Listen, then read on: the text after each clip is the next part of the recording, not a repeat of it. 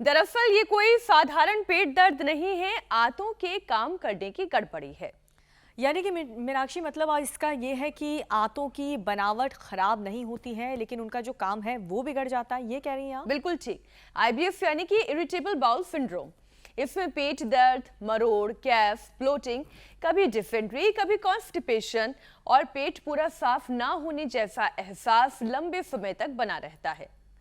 और इसकी जड़ सिर्फ खाने में नहीं होती है, बल्कि तनाव से, नींद की कमी से, एंजाइटी और ब्रेन गट कनेक्शन भी आंतों की जो चाल है वो बिगाड़ देता है। बात बिल्कुल ठीक है। कई बार फूड पॉइजनिंग या पेट के इन्फेक्शन के बाद आंतें ज्यादा सेंसिटिव हो जाती हैं। गट बैक्टीरिया का बैलेंस बिगड़ता है और फिर आंतों की मसल्स कभी बहुत तेज चलती है तो दस्त तो होते हैं, कभी बहुत धीमी तो कब्ज। यानी कि आईबीएस में आंतें मामूली बात पर भी ज्यादा रिएक्ट करने लगती है। थोड़ी सी गैस भी ज्यादा दर्द और ब्लोटिंग महसूस करा सकती है। चलिए, हम भी स्टूडियो पहुंच गए मीनाक्षी।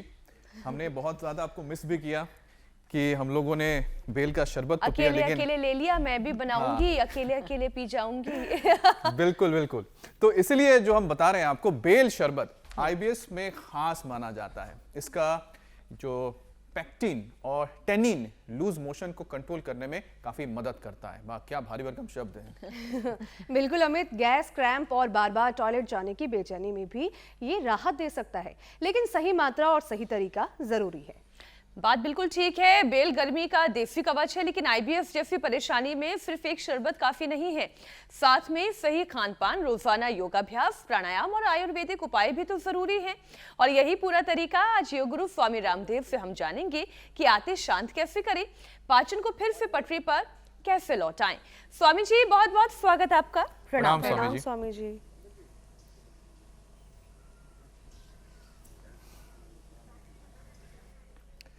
आवाज ही नहीं आ रही। कोई बात नहीं स्वामी जी, आवाज कनेक्ट हो जाएगी।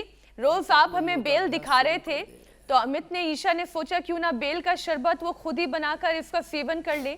लेकिन ये आईबीएस के रोगियों के लिए कैसे एक रामबाण साबित होता है।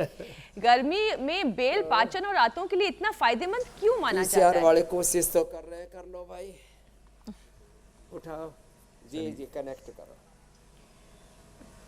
कोशिश लगता है कामयाब हो गई। लेकिन मीनाक्षी, बेल शरबत आपने कोई बचपन में पिया? मैंने बचपन में पिया मैंने है। हर शरबत बनाया और पिया है। अच्छा, ये जबरदस्त है। तो आप तो मतलब एक्सपर्ट हैं इस मामले में। स्वामी जी हमारे साथ जुड़ चुके हैं। स्वामी जी, कनेक्शन टूटा था लेकिन काम यहाँ पर भी जारी था। आज बेल का शरबत अमित ने और ईशा ने बनाकर पिया है। ये आंतों के लिए इतना फायदेमंद क्यों है कि आप भी हर दिन बेल को दिखा रहे हैं, बेल खा रहे हैं, बेल का शरबत पीने की सलाह दे रहे हैं? और किस तरह से पीना, सही समय कौन सा है? सारी बातें मैंने एक साथ ही पूछ ली। स्वामी जी, अब आप बताएं। ये एकदम ठीक कहा आपने। बेल जो है, जो पिएगा उसकी बल्ले बल्ले रहेगी। भगवान शिव का प्रिय है बिल्व पत्र और ये बेल का फल। और गर्मियों में सबसे ज्यादा प्रॉब्लम होती है पेचिस की, आंव की, दस्त की, उल्टी की, पाचन तंत्र की गड़बड़ी की। कहीं पर भी जरा सा पानी में ऊंचा नीचा हुआ, बैक्टीरिया, वायरस, फंगस, क्योंकि इस मौसम में बहुत तेजी से बढ़ते हैं। और उसका सबसे सटीक उपाय, रामबाण उपाय है बेल।